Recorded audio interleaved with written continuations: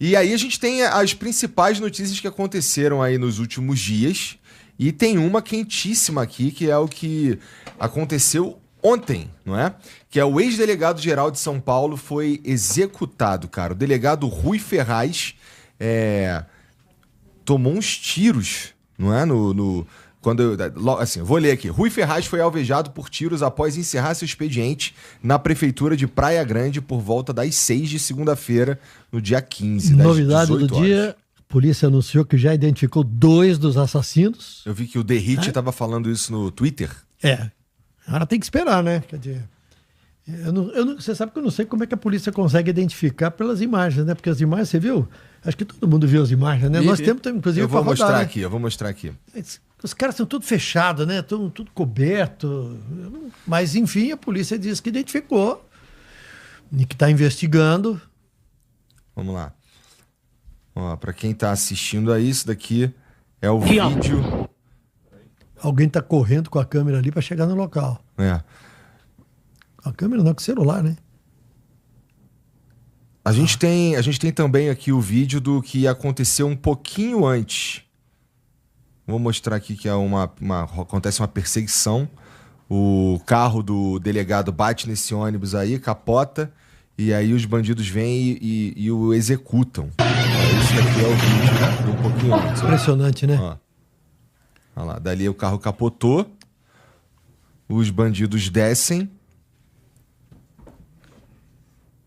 Imagina, assim, além de tudo, ainda teve... Imagina a galera que tava dentro do ônibus ali aterrorizada com isso. E se você notar, se a gente puder rodar de novo o vídeo, claro, tem 2 coisas interessantes. Uma, na verdade, ele fica encaixotado entre 2 ônibus.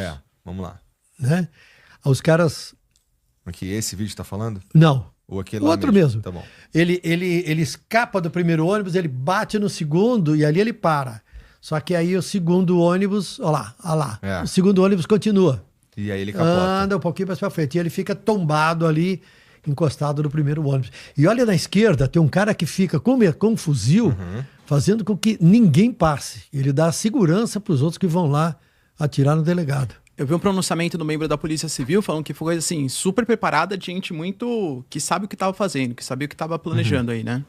Uma coisa interessante sobre isso é que o delegado Rui, ele ficou à frente, ele era o chefe da Polícia Civil, né? O delegado, tem um nome, né? Eu não lembro o nome. Delegado-geral. Delegado-geral da Polícia Civil. Sim. E enquanto ele estava exercendo lá as funções dele, ele tinha escolta e tudo mais.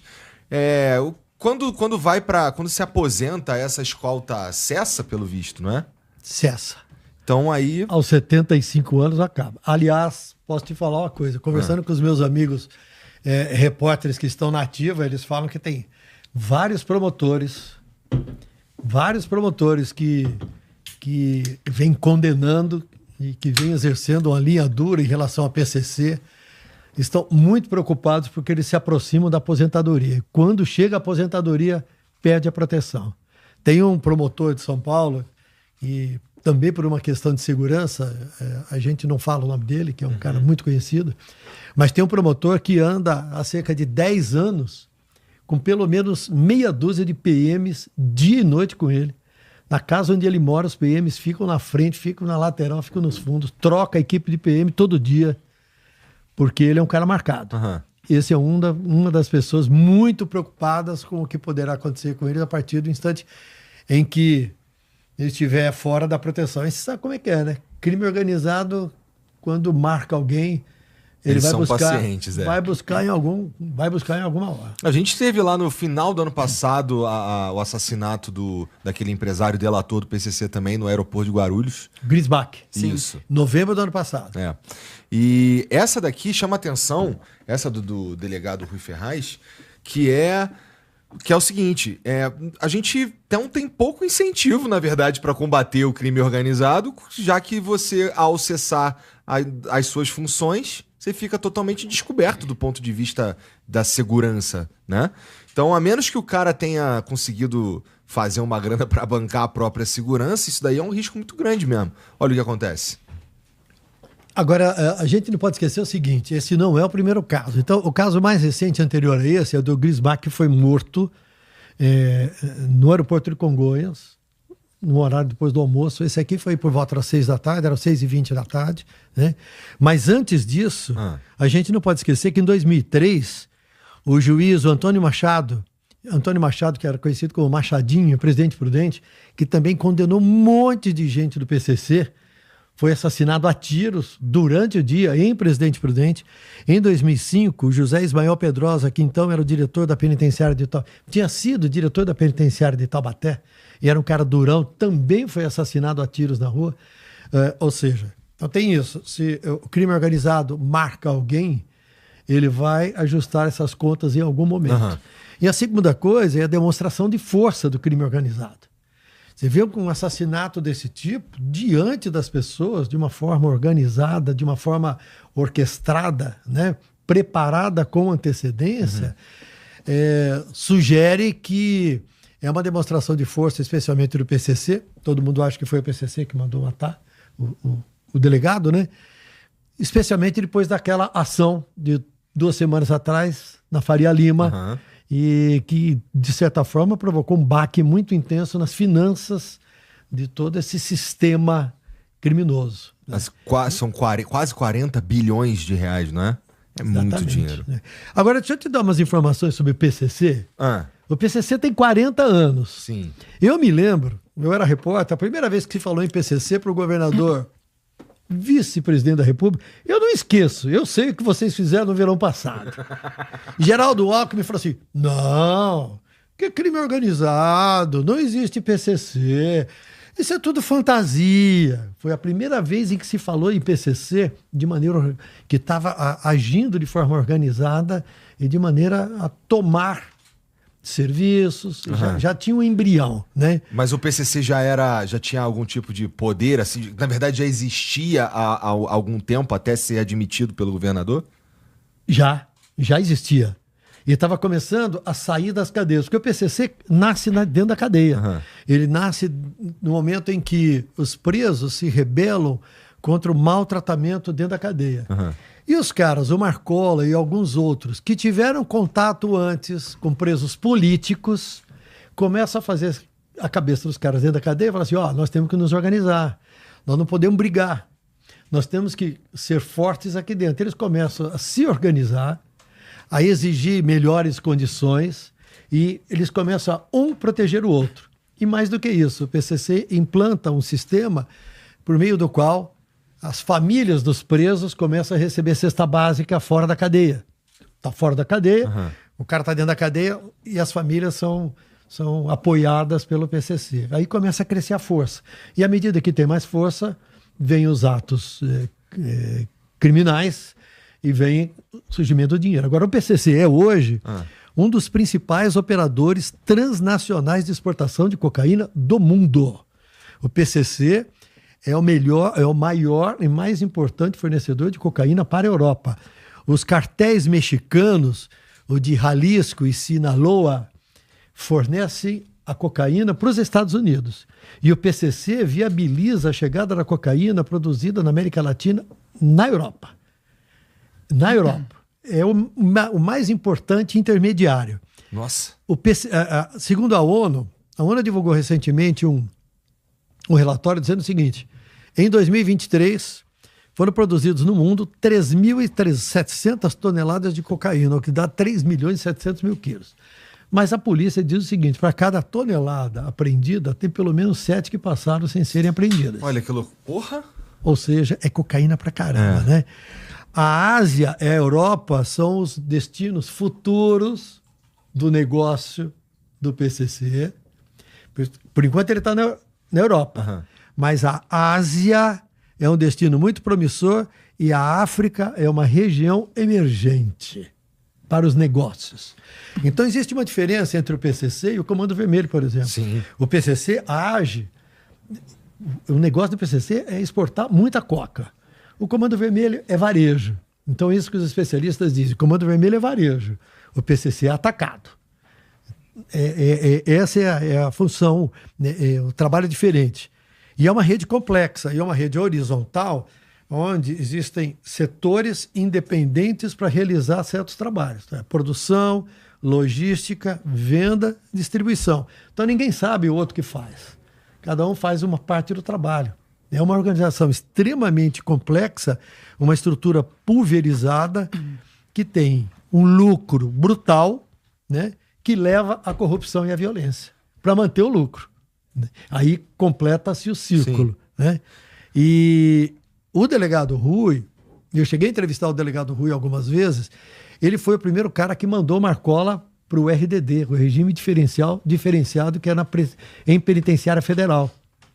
Ele foi o primeiro delegado que era, na época, lá para os anos 2015, o cara que mais entendia de PCC, e ele conseguiu botar os principais líderes do PCC nas prisões federais, onde era mais difícil a visita da família, o cara só tomava uma hora de sol por dia, passava o dia inteiro em solitária, e as condições eram muito diferentes das cadeias em comum, né? Uhum. Agora, uma coisa que eu acho importante, e aí eu queria saber a opinião de vocês também, que é o seguinte, os especialistas dizem que tudo isso que está acontecendo aqui com o PCC, que já acontece com a máfia, né, é algo que pode desestabilizar os sistemas políticos. Porque o poder financeiro é tão grande que esses grupos se instalam dentro da vida das cidades, dos municípios, dos estados e do país. Uhum. Se infiltram na justiça, na política, na economia, e que isso até ameaça a democracia. Acho que um ponto importante também que você falou, Tramontina, é a questão da importância que o PCC vem ganhando em toda a América. Porque a gente teve um anúncio ontem, por exemplo, do Marco Rubio, que é o secretário de Estado dos Estados Unidos, colocando que novas sanções vão ser feitas contra o Brasil, por conta do Bolsonaro, da condenação e tal, né? E existem alguns caminhos que os americanos podem seguir para fazer essa condenação. Um dos caminhos são aumentar as sanções contra o Brasil de 50%. Dificilmente isso vai ser feito, porque já está prejudicando a economia americana com inflação e tudo tal. Aplicação da Lei Magnitsky contra outras autoridades, sem ser o Alexandre de Moraes, e colocar o Comando Vermelho e o PCC como organizações terroristas, para igualar mais ou menos o que está sendo feito com a Venezuela, por exemplo, que colocou o cartel Los Soles, por exemplo, o cartel Tren Aragua como grupos terroristas. E a própria Caroline Leavitt, por exemplo, que é a porta-voz da Casa Branca, ela falou que as sanções que podem ser aplicadas contra o Brasil não são apenas sanções econômicas, podem ser também sanções militares. Então, o que está se especulando nos Estados Unidos? Que com essa ação do PCC, que, claro, já ganhou as manchetes não só no Brasil, mas também nos Estados Unidos, isso pode incentivar com que o Departamento de Estado dos Estados Unidos coloque o Comando Vermelho e o PCC. Eles já visitaram o Brasil esse ano, faz questão de uns 3, 4 meses. Conversaram com autoridades brasileiras, o Brasil não quis designar como organização terrorista, porque pela própria Constituição americana, eles consideram que se existe um grupo terrorista, eles podem fazer uma ação contra aquele grupo, mesmo sem autorização do estado onde o grupo está.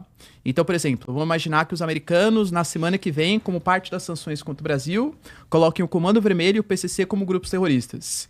Isso poderia autorizar ações do governo americano no território brasileiro, mesmo sem autorização do Brasil. Que coisa absurda. Então, olha a escalada da violência que pode acontecer. Você viu que o Trump ontem anunciou que o governo, que as forças militares americanas destruíram um barco com 3 pessoas que, teoricamente, transportariam cocaína na Venezuela. Sim. Né? É isso, esse tipo de ação. Eles poderiam desembarcar um comando aqui, com helicópteros, não sei o quê, e descer em tal lugar e entrar armado para fazer alguma coisa. Ou pelo menos fazer uma pressão política. Mais ou menos o que acontece com a Venezuela. Ninguém sabe se realmente os americanos vão invadir a Venezuela ou se não vão, mas só de ter o posicionamento de várias embarcações militares na região do Caribe já é uma baita pressão contra o Maduro. A gente sabe que o Trump não tem aquele relacionamento com o Lula. Então, colocar, por exemplo, militares próximos do litoral brasileiro já seria um baita argumento, por exemplo, para a direita brasileira tentar fortalecer. Olha, tá vendo que o Lula é aliado do PCC, é aliado do Comando Vermelho, para tentar causar algum tipo de desestabilização política do Brasil. Isso é interessante. Bom, olha só, gente.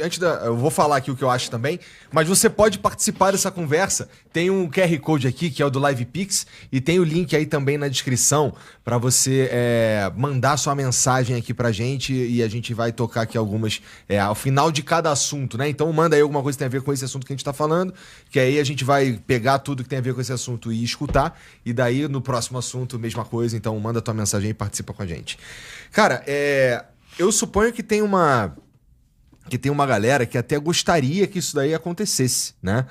No sentido de, vai chegar aqui e vai salvar a gente do crime organizado e tudo mais. Mas acho que talvez a gente precisasse pensar que o objetivo real não é exatamente acabar com o PCC ou acabar com o Comando Vermelho. O objetivo real talvez possa ser desestabilizar, possa ser uma maior influência, possa ser vários outros objetivos ocultos mascarados pela ideia de vou lá destruir um grupo terrorista e tudo mais. Bom, a gente nem faz tanto tempo assim que eles foram atrás de petróleo dizendo que estavam indo atrás de terrorista. Né? No Iraque, por exemplo. Exatamente. E aí foi dito que os iraquianos estavam produzindo bomba atômica, né, artefatos nucleares, quando nunca existiu isso. Na prática não existiu. A gente não pode esquecer que os americanos já participaram ativamente da vida brasileira, né, inclusive durante o golpe militar de 64, tem documentos que mostram isso. Né? Agora, a gente não sabe até onde vai uma questão que é política e até o quanto a questão política ultrapassa esses limites, né? E invade outras searas, né? A gente vai ter que esperar.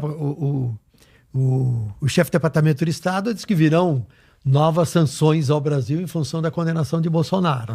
Né? A gente fica olhando isso e fica esperando para ver se, primeiro, se virão, e se vier, o que virá. Né? Exato. O que virá. Mas o fato é que, se você pegar o que acontece na Itália, há muito mais tempo com o crime organizado, com as várias organizações, né, que as pessoas chamam da máfia italiana, mas elas têm diferença. Né? Você tem a Cosa Nostra, que age num determinado lugar, você tem a 'Ndrangheta, aliás, o PCC entrega na Itália cocaína que é vendida pela 'Ndrangheta, é um N''Angretta, o nome dela. Né? E a máfia italiana, nas suas ramificações, nessas várias regiões em que atua, ela atua profundamente em toda a sociedade italiana. Todo o serviço de coleta de lixo do sul da Itália, que é uma porcaria, vai para Nápoles. Eu fui a Nápoles mês passado. Sujão. A sujeira tem em todo lugar, mas são pilhas, montanhas de lixo. Durante todo o dia, eu fiquei 4 dias lá, eu via em todo lugar e não via caminhão de lixo. O serviço de coleta de lixo na Itália é da máfia. A máfia tem serviço, por exemplo, do depósito do lixo. Aí você pensa que ela faz aterro sanitário, nada, é lixão a céu aberto, não está nem aí. E quem que vai brigar com ela? A máfia explora serviço de acondicionamento de produtos radiativos. Então tem muitos serviços por aí que usam produto radiativo. Isso tem que ser tratado com muito cuidado, levado em lugares especiais. Tem vários livros que mostram que elas vão, por exemplo, em lugares onde existem crateras que foram minas, fizeram buracos enormes para cavar algum tipo de minério, elas vão lá e despejam tudo a céu aberto. Tem um jornalista chamado Roberto Saviano, que escreveu vários livros, ele mostrou todo o funcionamento da máfia italiana, o nome das famílias, onde todo mundo morava. Esse cara vive escondido há 20 anos. Ele primeiro foi para a Inglaterra. Também, né? Ele foi para a Inglaterra e ficou protegido pela polícia, pela Scotland Yard. Muda de endereço a cada semana. Ele muda de endereço. Abandonou a família por causa dos livros que ele escreveu.